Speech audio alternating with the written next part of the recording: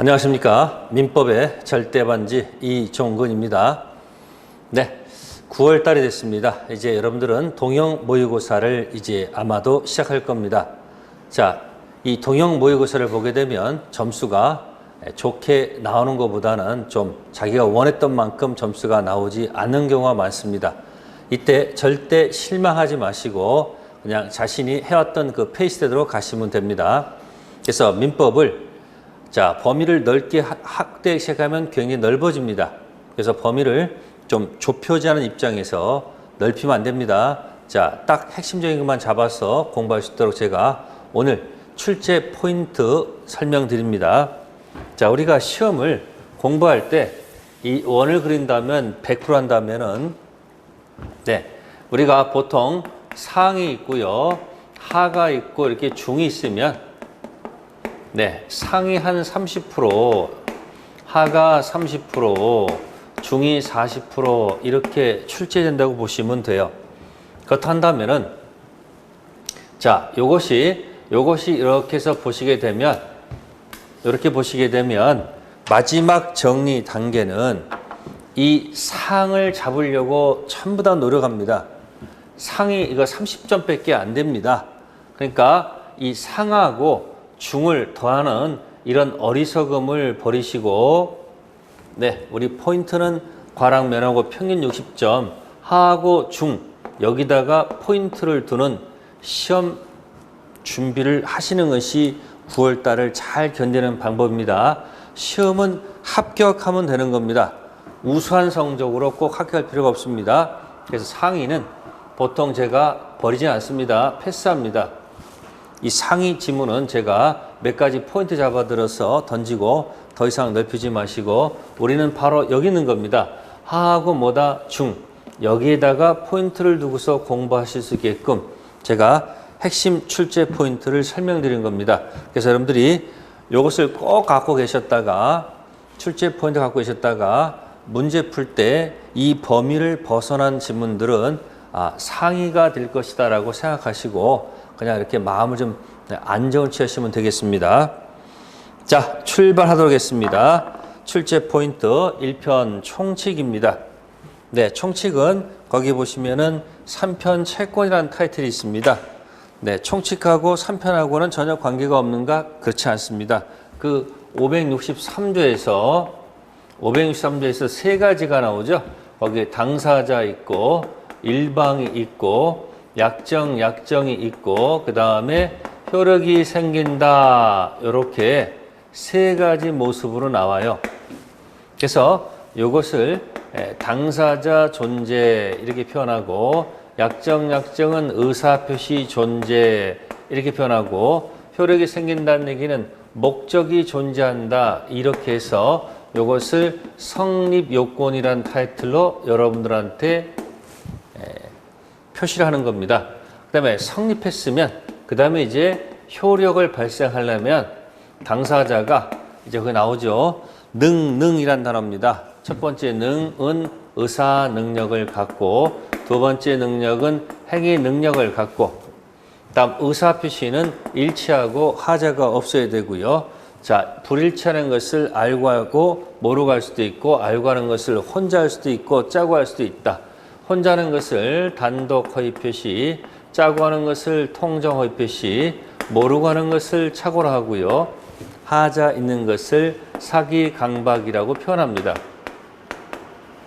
목적은 뭐 할 수 있다? 확정할 수 있고, 가능하고, 적법하고, 그 다음에 타당성을 가질 것, 이렇게 얘기하는 겁니다. 그래서 여기 딴 거 여기서 해서 능, 단통, 착사, 확가, 적타. 그래서 프린트물에 능, 단통, 착사, 확가, 적타가 되어 있고요. 총칙은 문제가 생기면, 효력이 문제가 생기면 이쪽 영역은 취소 사유다 이렇게 표현을 하고, 나머지 영역은 전부 다 무효 사유다 이렇게 표현을 하는 겁니다. 그래서 총칙은 결국은 무효하고 취소를 공부하는 것이 총칙의 테마입니다. 그러면 이 무효 취소가 되지 않고 퍼펙트 유효가 됐을 때 요거는 이제 3편 채권법 가서 놀아요. 계약법에서. 그래서 여기 무효, 취소, 유효를 갖다가 무효가 이게 이제 확정 무효고요. 불확정 유효가 되고요. 확정 유효가 되기 때문에 이 복잡한 것을 이제 여러분들이 효력 요건 못 갖추면 효력이 없다가 무효가 되고 효력이 있다가 유효가 된단 말이에요. 그래서 무효가 확정적이지 않다, 불확정이다, 그 다음에 확정 무효다.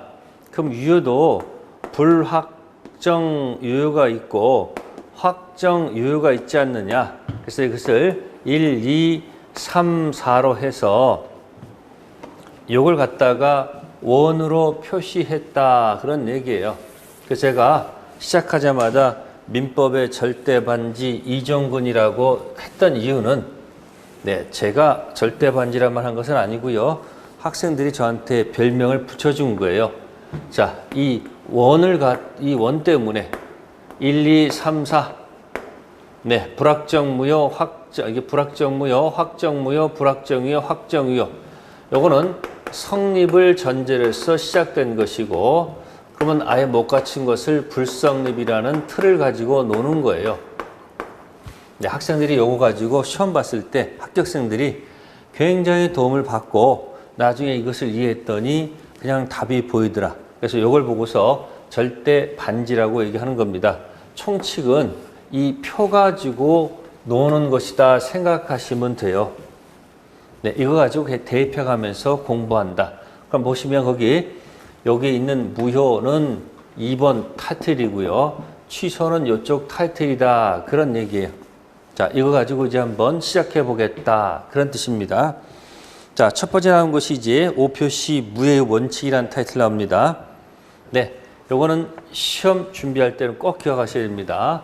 갑하고 을하고 무슨 토지 팔기로 합의를 했는데, X토지 재산권 이전 약정, X토지 재산권 이전 약정했다 이야기예요. 그런데 계약서에다가 그만 Y토지로 표시했다 이야기예요. 무슨 토지로? Y토지로. 자, 그러면 Y토지 계약서는 있지만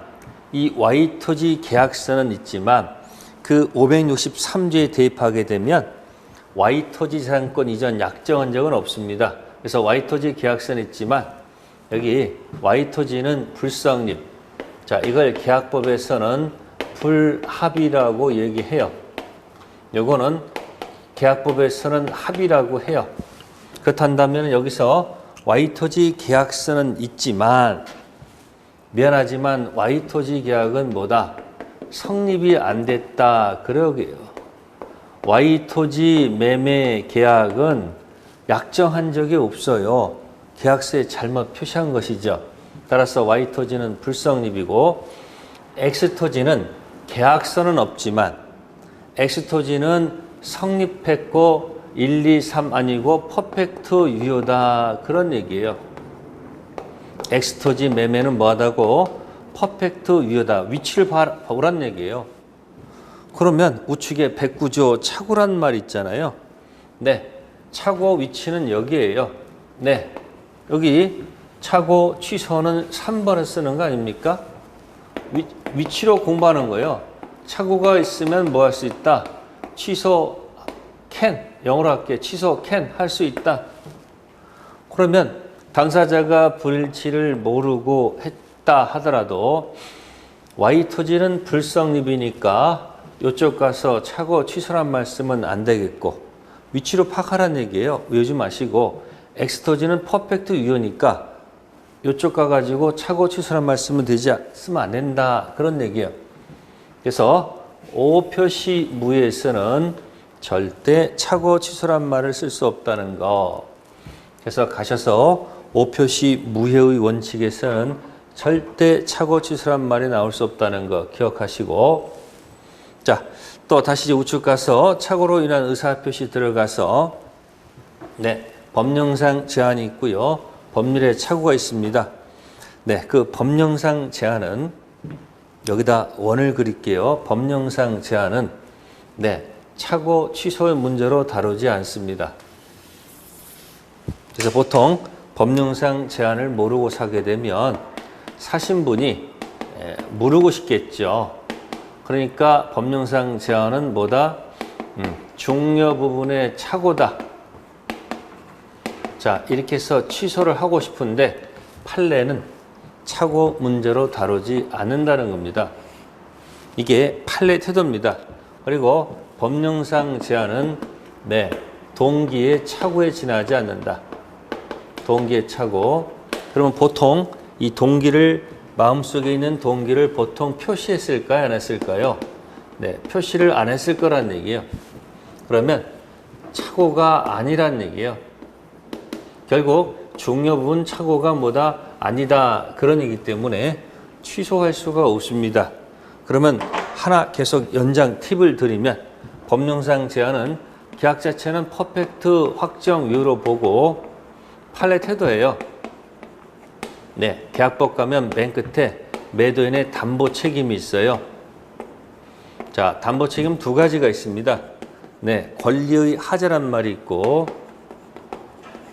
네, 물건의 하자란 말이 있어요.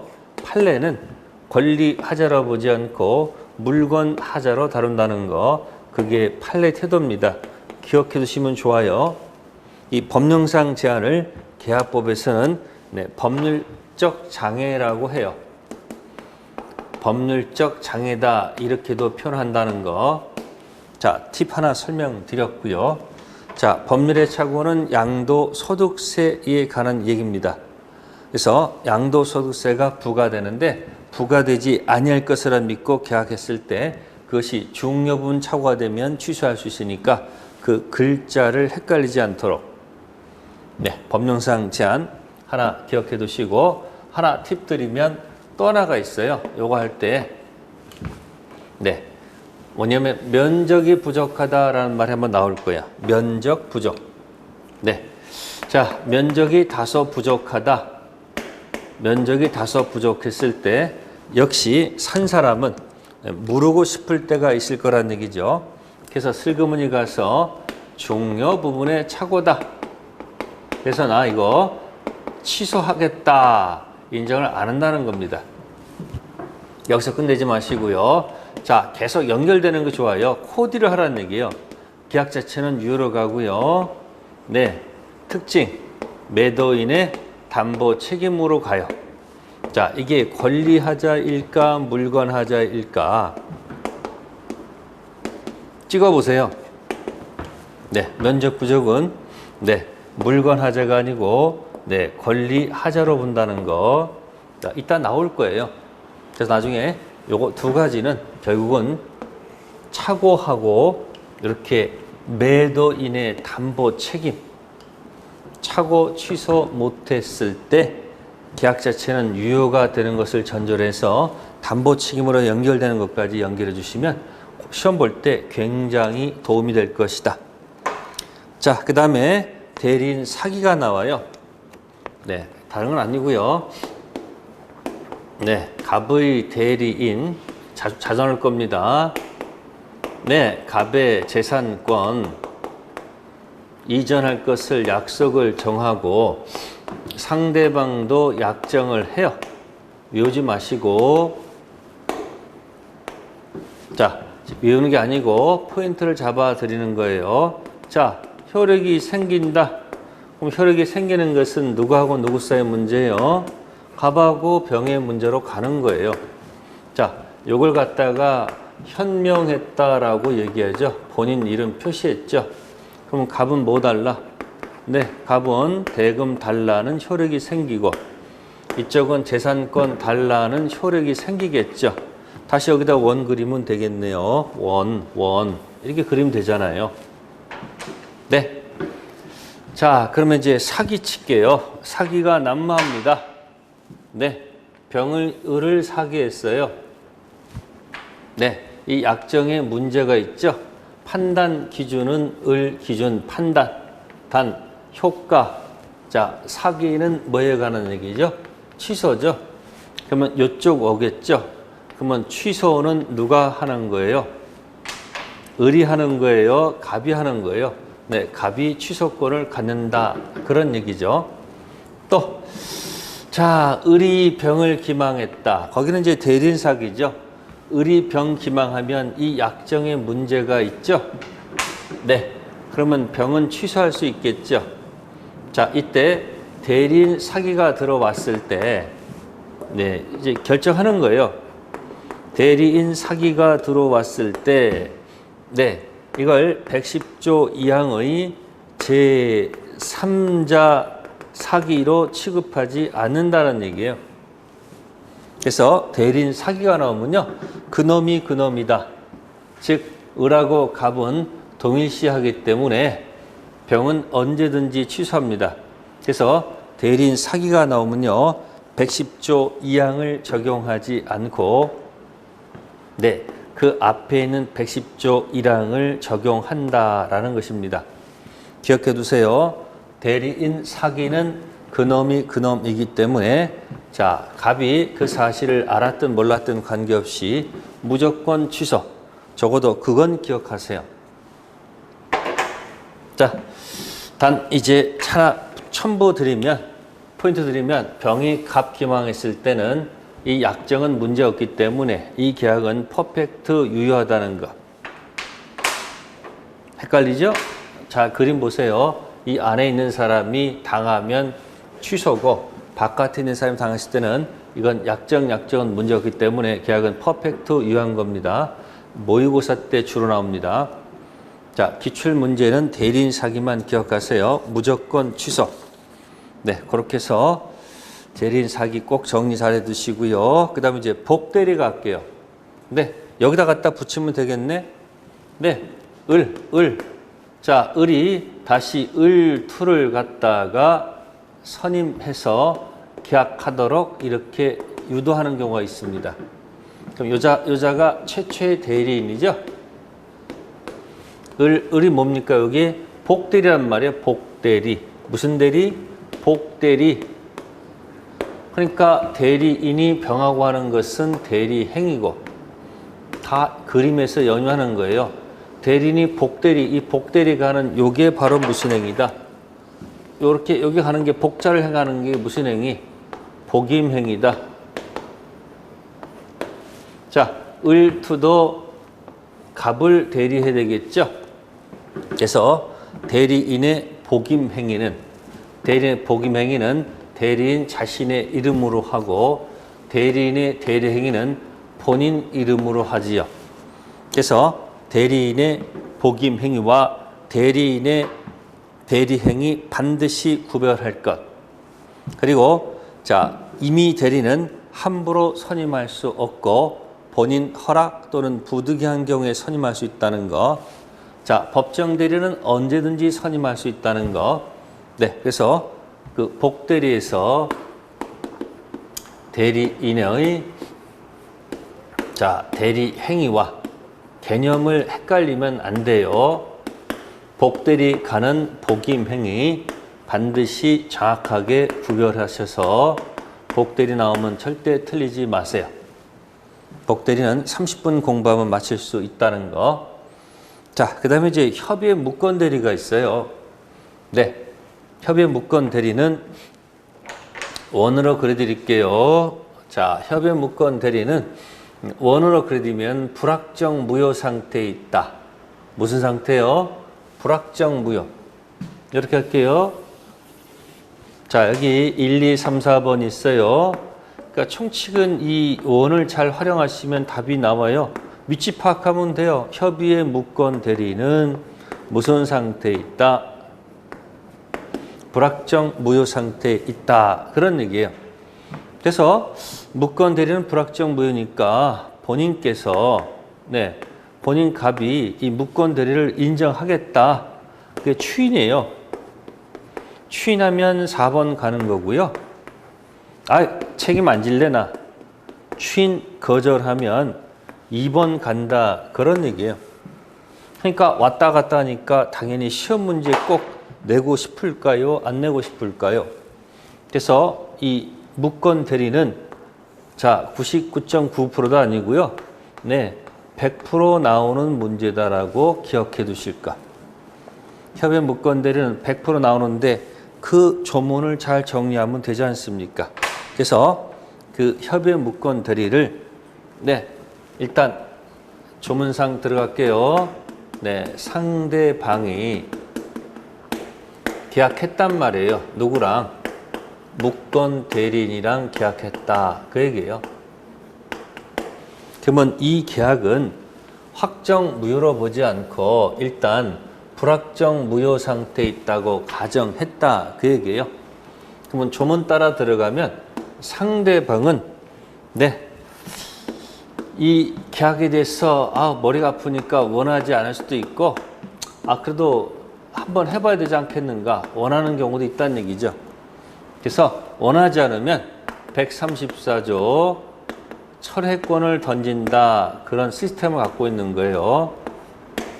제가 이렇게 설명드리는 이유는 전체를 자꾸 보셔야지 부분이 보인다. 그런 뜻이에요. 부분에 집착하는 사람은 나중에 전체를 못 보게 되면 어지러워집니다. 자, 원한다면 한번 찔러보는 거예요. 할 건지 말 건지 찔러본다. 그 얘기예요. 최고.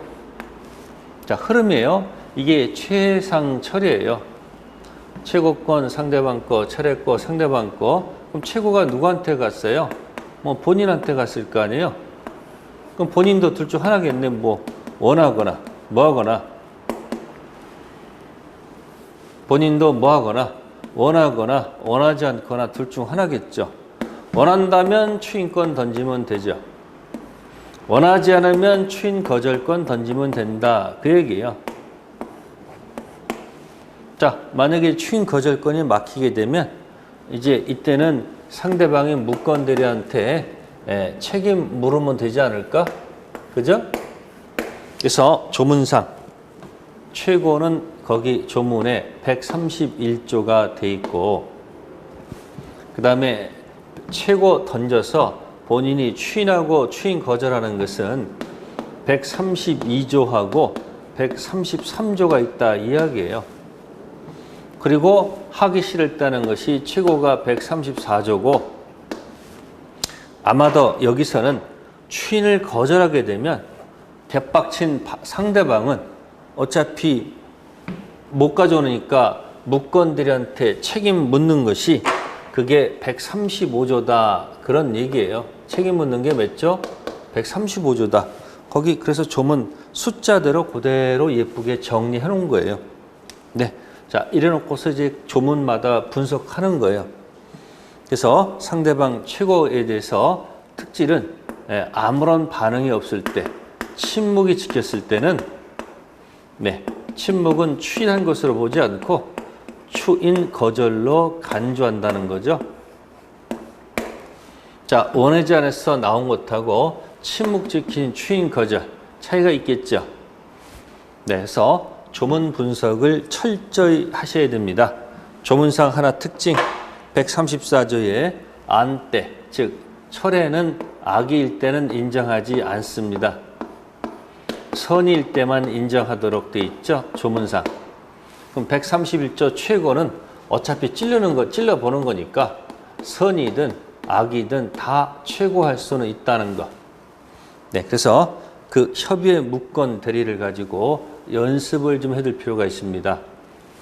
조문상 추인하게 되면 처음부터일까요? 그때부터일까요?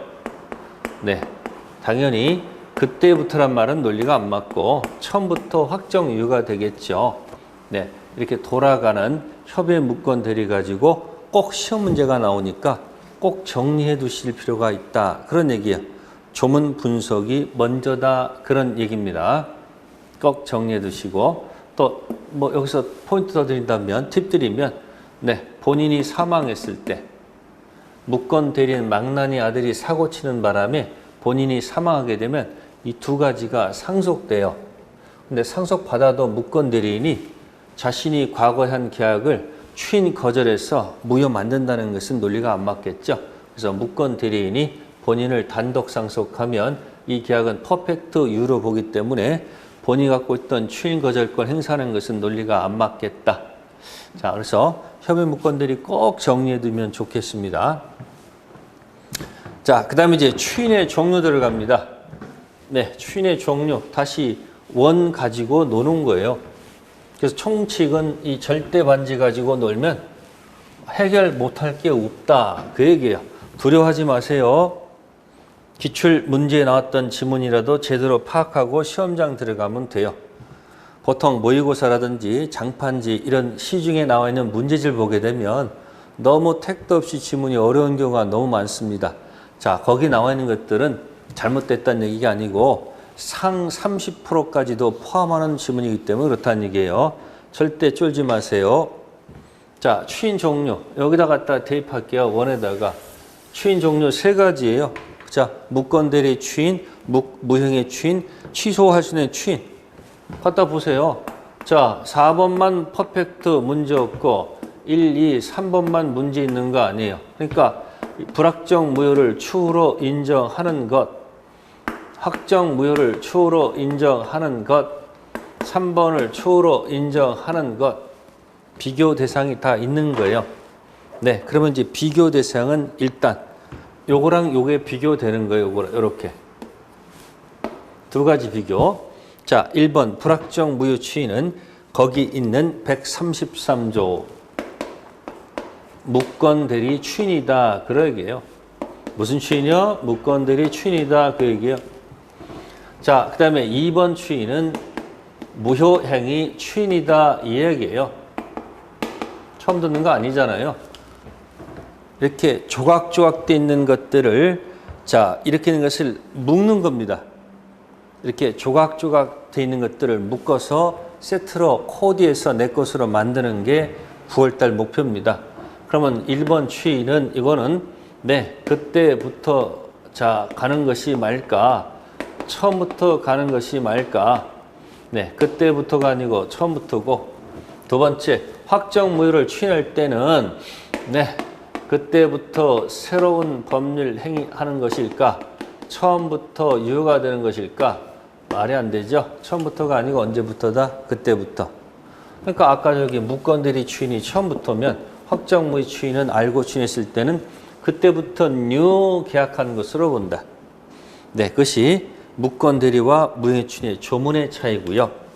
그다음에 3번 추인이 취소할 수 있는 행위의 추인이거든요.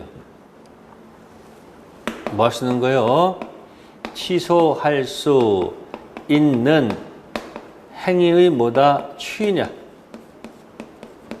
자, 이때 추인 뜻은 원해서 스스로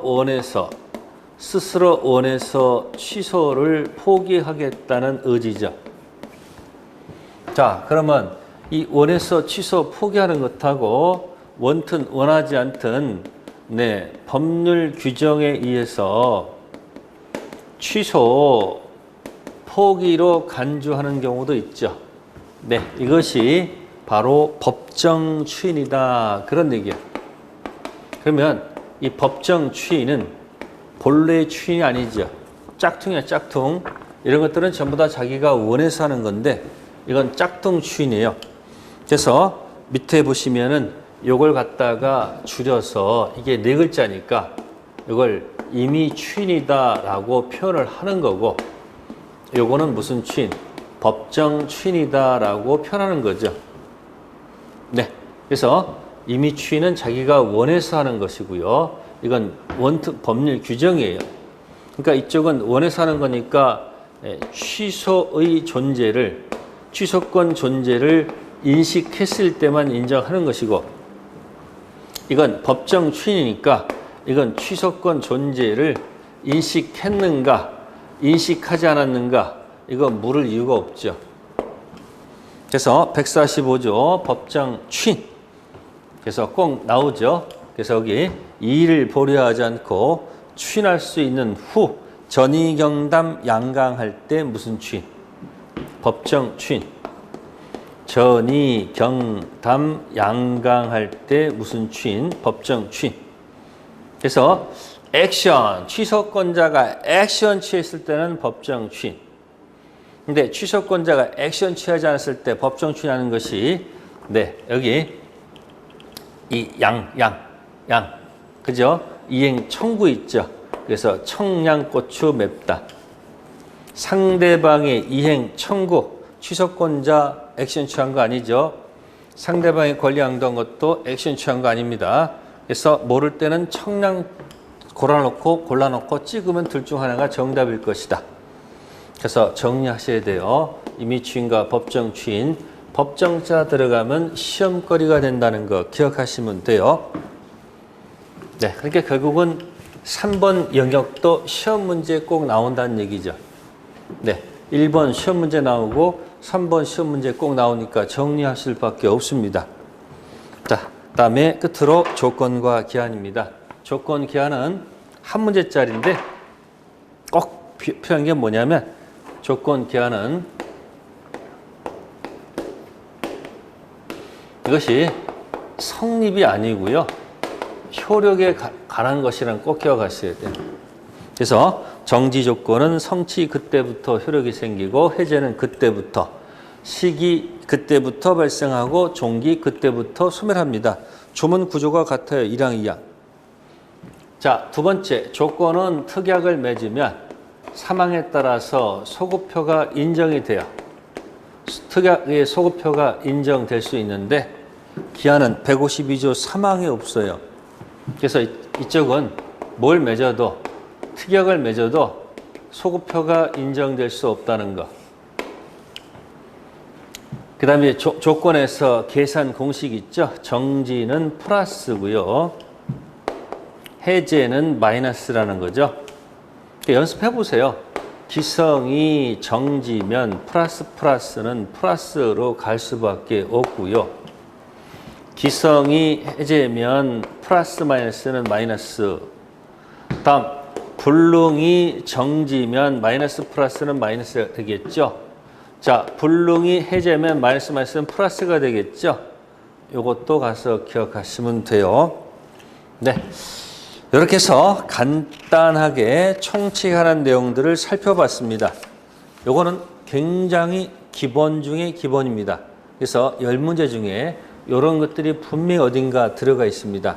각각 효과는 이제 문제 풀면서 하는 것이고요. 중요한 포인트가 이 원 가지고 논다는 것만 잘 기억하세요. 네, 잠시 쉬었다가 이제 물권법 테마 들어갈게요.